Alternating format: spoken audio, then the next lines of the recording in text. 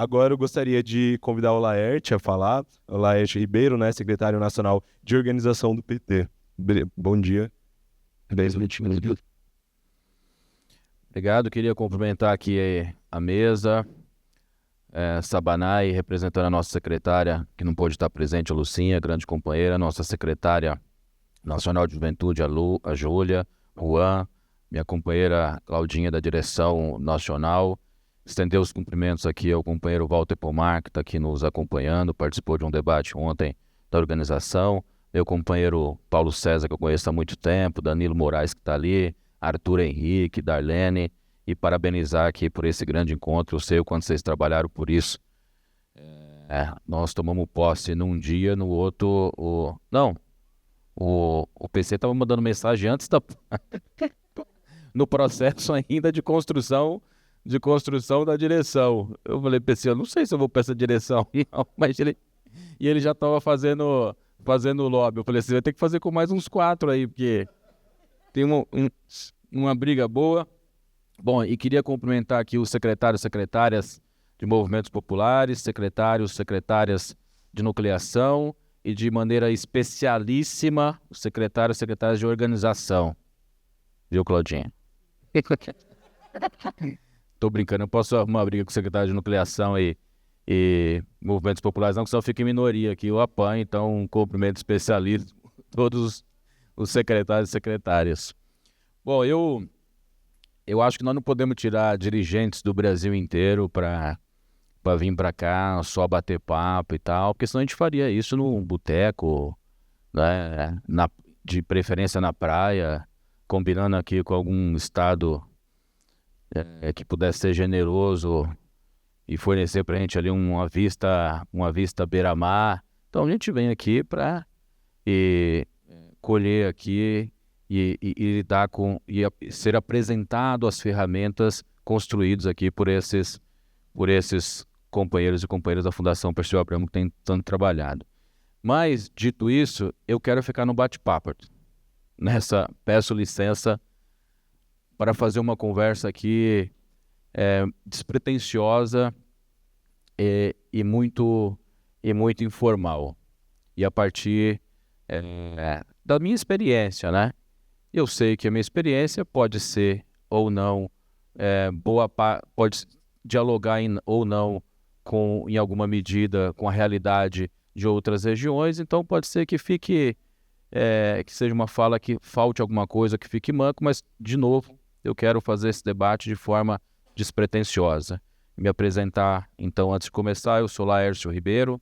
Estou hoje secretário nacional de organização, fui presidente do PT da capital, fui secretário de organização também por 2 vezes lá, e São Paulino com muito orgulho. Enfim, nós ganhamos uma ontem, estamos numa draga violenta, e morador da periferia de São Paulo, da Zona Sul, da Cidade Ademar, também com muito orgulho.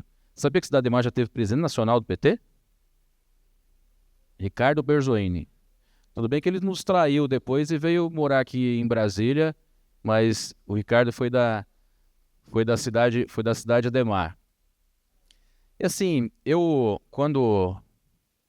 em 1988, eu tinha 6 anos de idade, campanha da Luíza Erundina. Meu pai era metalúrgico, sindicalista, nunca foi um dirigente sindical, mas foi sempre um militante, né? E no bairro onde a gente morava, bairro pobre, sem asfalto, sem escola, sem UBS, esgoto a céu aberto e tudo, a periferia, para pegar essa menção da conexão, não era conectada com o PT. Não entendia aquilo que o PT fazia, não entendia aquilo. Por exemplo, lá na rua onde a gente morava, tinha nessa eleição, e eu tinha 6 anos, e eu lembro bem disso, porque tem coisa que marca uma criança e tal.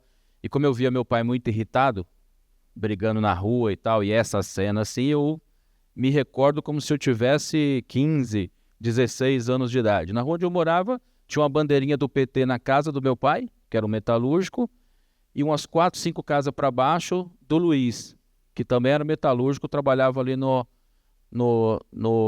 ABC. Fora isso, era todo mundo malufista. Todo mundo clube de várzea, futebol de várzea, ligado à direita, né? Então, assim, e os resultados eleitorais, se vocês pegarem aí, depois eu fui dar uma olhada nisso aí, logo, claro, anos depois, a votação do PT não vinha das periferias, não tinha essa relação com a periferia. E aí no Brasil inteiro, vinha em grande parte da classe média.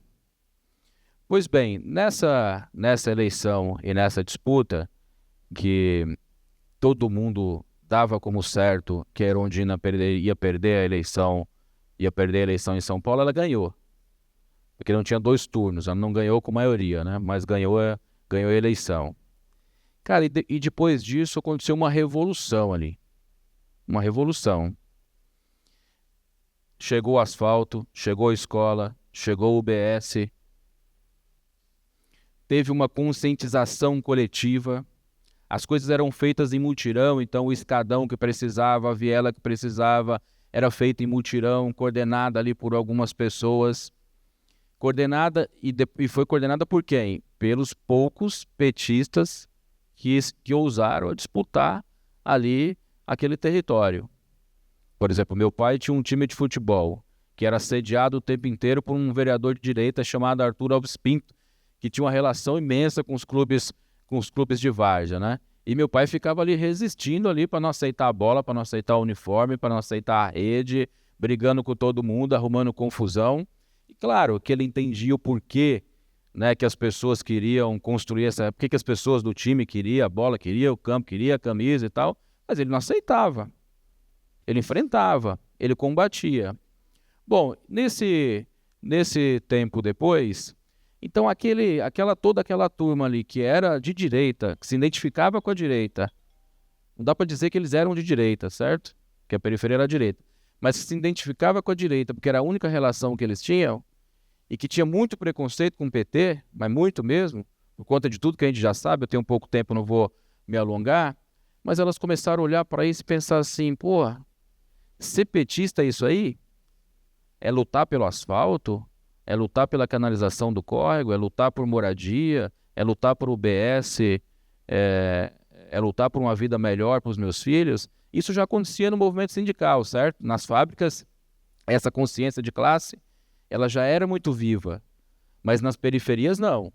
E aí esse movimento sindical, a Igreja Católica Progressista, né, ajudaram a construir essa consciência coletiva e num belo dia a gente acorda com as periferias entendendo que o PT tinha um projeto popular em defesa deles, em defesa da classe trabalhadora. E a gente teve anos ao longo disso, de uma conscientização de que a luta coletiva valia a pena, que a coletividade valia a pena. Então foi assim no movimento social, foi assim no movimento sindical, foi assim no movimento popular, nas associações de bairros, etc. e tal. Foi assim nos movimentos de cultura que foram surgindo ao longo dos anos, eu sei que no Brasil inteiro, e no caso de São Paulo, no movimento hip hop, que tinha essa identidade, né, com esse enfrentamento aos preconceitos e com essa clareza, né, objetiva de construção coletiva. Mas ao longo dos anos a gente vai perdendo isso. Não é que os movimentos deixaram de fazer isso, não é que a Igreja Progressista deixou de fazer isso, não é que o movimento social deixou de fazer, nós continuamos fazendo isso. Mas por algum motivo, que a gente até sabe qual é, a gente foi perdendo a disputa política, ideológica na cidade de São Paulo, nas periferias do nosso Brasil,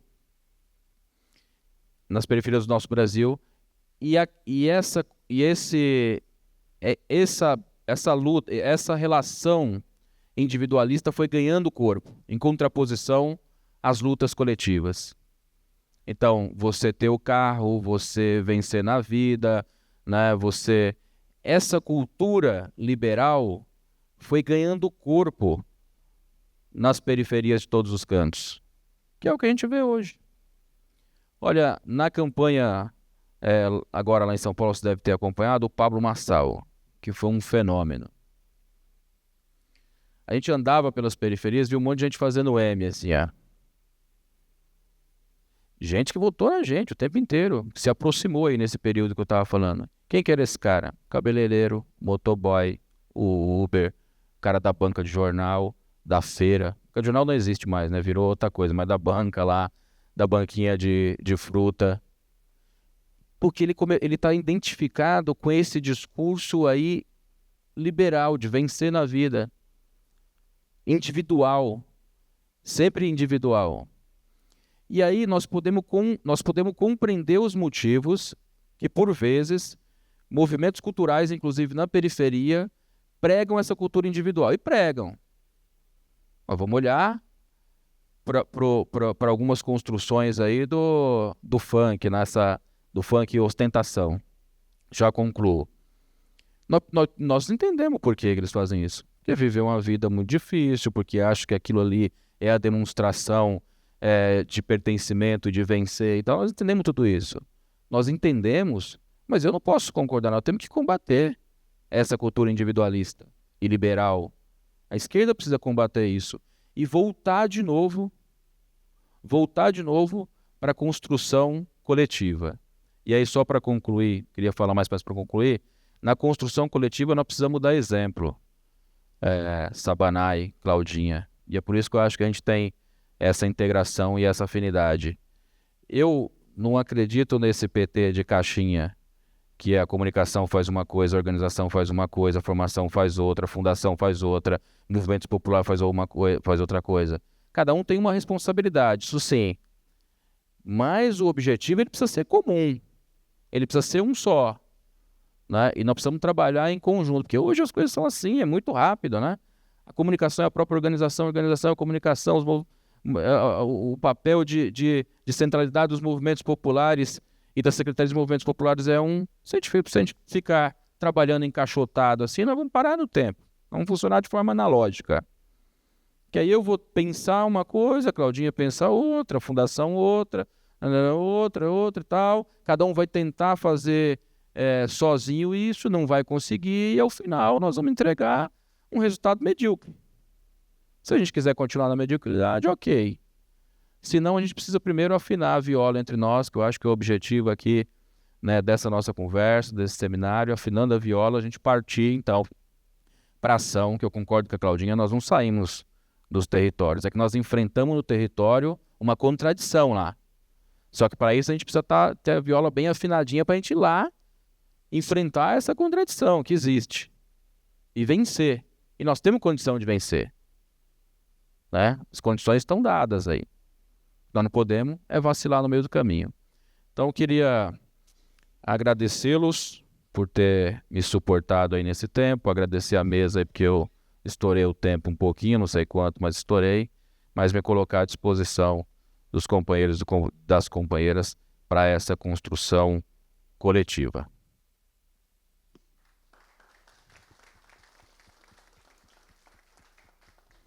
Muito obrigado, Laerte. Acho que trazer esse tópico desse processo de conscientização é muito importante, né? Até porque ontem, por exemplo, na fala do Preto da Vinci, ele trouxe esse processo de como a gente vai construir as narrativas com as quais a gente vai dialogar no território e como a gente consegue expandir isso para além do território também, né? Muito importante. E é isso, o PT continua nas bases, né? Como esse processo de narrativas está se dando e como a gente está conseguindo dialogar com ele. E antes de passar para a Júlia agora fazer a fala dela, eu vou voltar rapidinho, um minutinho para a Claudinha, que ela pediu a palavra rapidamente. Obrigado, Laerte. É bem rapidinho mesmo, só para me poder corrigir. Eu quero cumprimentar minha companheira de Executiva Nacional, companheira Lisandra. Levanta aí, Lisandra. Lisandra é secretária adjunta de nucleação, minha parceira aí, que somos nós duas aí construindo, junto com os secretários estaduais, aí esse processo. Muito obrigada, Lisandra, pela sua parceria. Obrigado, Claudinha. Queria aproveitar também para cumprimentar um parceiro muito importante que a gente tem aqui também, que é o William da FES, né? Ele tá... Bom dia, William, prazer de ter aqui.